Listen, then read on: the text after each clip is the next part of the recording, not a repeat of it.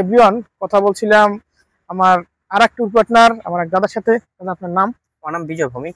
বিজয় ভৌমিক। আপনি থাকেন কোথায়? আমি থাকি বাংলাদেশ, ঢাকা। ঢাকাতে? ঢাকা কি পুরান ঢাকা না নতুন ঢাকা? পুরান ঢাকা থেকে আসছি, আচ্ছা, ঠিক আছে, আপনি পুরান ঢাকা থেকে আসছেন কিন্তু বর্তমানে আমরা নিউ ঢাকা থাকি, মাদার বাসাবো। বাসাবোতে।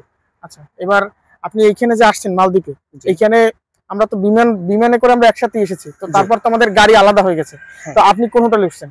আমি উঠছি ব্লু ব্রিজ। ভিলু ব্রিজ। এবার হচ্ছে আমাদের হোটেলের নামটা হচ্ছে ভিলু রেস্ট। তো আপনি কোথায় কোথায় ঘুরছেন এখানে? আমি এখানে হোলেমালে বিচ, তারপরে সেন্ট্রাল পার্ক, আচ্ছা, তারপরে পুট, মানে এই কটা জায়গায় ঘোরা হয়েছে। মোটামুটি মালদ্বীপে আপনার দ্বীপ কটা?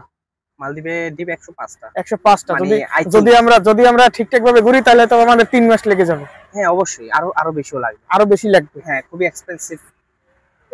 এখানকার পরিবেশ আপনার কেমন লেগেছে? এবং এখানকার যে এই যে আপনি কালকে কালকে যে আপনি গেছিলেন সেন্ট আইল্যান্ড, ওখানে আপনার কেমন লাগছে? হ্যাঁ, ওখানে খুবই সুন্দর লাগছে, খুবই সুন্দর মনোরম পরিবেশ, পানি খুবই পরিষ্কার। আচ্ছা, আপনি কি হুমুসু গেছিলেন?